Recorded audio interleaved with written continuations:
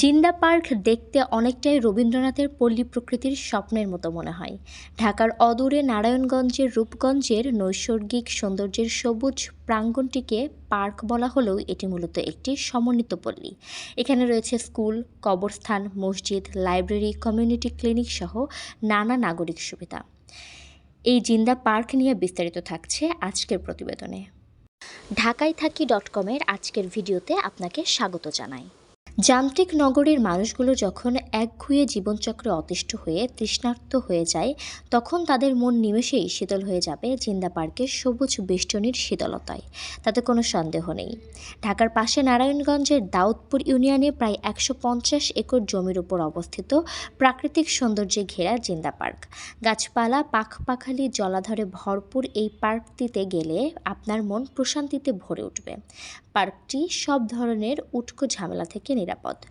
৫ বন্ধু স্বপ্ন দেখেন অন্ধকারাচ্ছন্ন থেকে আলোকিত করবেন নিজেদের গ্রামকে, লাঘব করবেন মানুষের সমাজের দুঃখ দুর্দশা।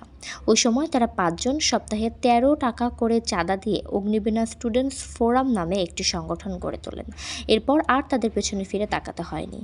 তাদের ডাকে সাড়া দিতে থাকেন এলাকার আরও অনেকে। এক পর্যায়ে অগ্নিবীণা স্টুডেন্টস ফোরাম নাম বদল হয় অগ্রপথিক পল্লী সমিতি।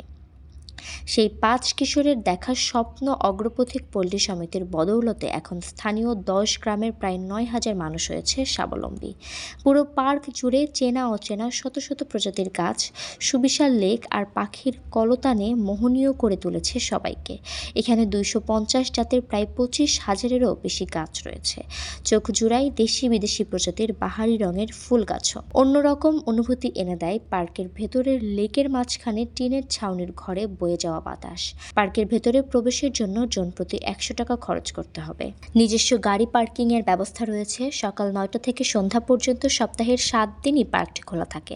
মাগরিবের আজানের পর পার্কে থাকা নিষেধ। নির্মল সবুজে ঘেরা এই পার্কটিতে রয়েছে ২৫০ প্রজাতির ১০,০০০-এরও বেশি গাছ।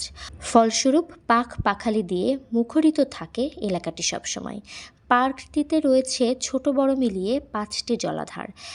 এই পার্কটি অত্র এলাকার অগ্রপথিক পল্লী সমিতির তত্ত্বাবধানে গড়ে উঠেছে। পার্কটির একটি আদর্শ গ্রাম নামেও সুপরিচিত রয়েছে। এছাড়াও পিকনিকের জন্য আদর্শ একটি স্থান। বুকিং: পিকনিকের জন্য নির্ধারিত দিনের ২-৩ দিন আগে পার্কের কর্তৃপক্ষকে কল দিয়ে বুকিং দিলেই হয়ে যাবে। এছাড়া শুধু ঘোরাঘুরির জন্য কেনা লাগবে জনপ্রতি মাত্র ১০০ টাকার টিকিট। থাকার ব্যবস্থা: যদি রাতে থাকতে চান তাহলে তার ব্যবস্থাও রয়েছে এখানে। থাকার জন্য রয়েছে মহুয়া গেস্ট হাউস। এছাড়া ঘোরাঘুরির জন্য জিন্দা পার্ক খোলা থাকে প্রতিদিন সকাল ৭টা থেকে সন্ধ্যা ৬টা পর্যন্ত। জিন্দা পার্কে রয়েছে নিজস্ব নিরাপত্তা ব্যবস্থা, ফলে নিরাপত্তা নিয়ে চিন্তিত হবার কিছু নেই। এছাড়াও রয়েছে পার্কিংয়ের সুব্যবস্থা, ফলে নিজের গাড়ি কিংবা বাইক নিয়ে গেলে সেগুলো নিরাপত্তার সঙ্গে রাখা নিয়ে কোনো টেনশন থাকবে না। কিভাবে যাবেন? হযরত শাহজালাল আন্তর্জাতিক বিমানবন্দর থেকে আধা ঘন্টার দূরত্বে নারায়ণগঞ্জের রূপগঞ্জে ১৫০ একর জমির উপর এই সুন্দর পার্কটি অবস্থিত। যাবার সবচেয়ে সহজ উপায় হলো ৩০০ ফিট দিয়ে, অর্থাৎ কুড়িল বিশ্ব রোড হাইওয়ে দিয়ে।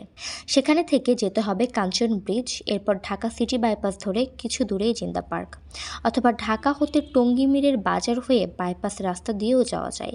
এছাড়া কাঁচপুর ব্রিজ দিয়ে ভুলতা গাউছিয়া হয়ে বাইপাস দিয়ে কাঞ্চন ব্রিজ হয়ে জিন্দা পার্কে যাওয়া যায়। এরকম ভিডিও পেতে আমাদের চ্যানেল সাবস্ক্রাইব করে আমাদের সাথেই থাকুন।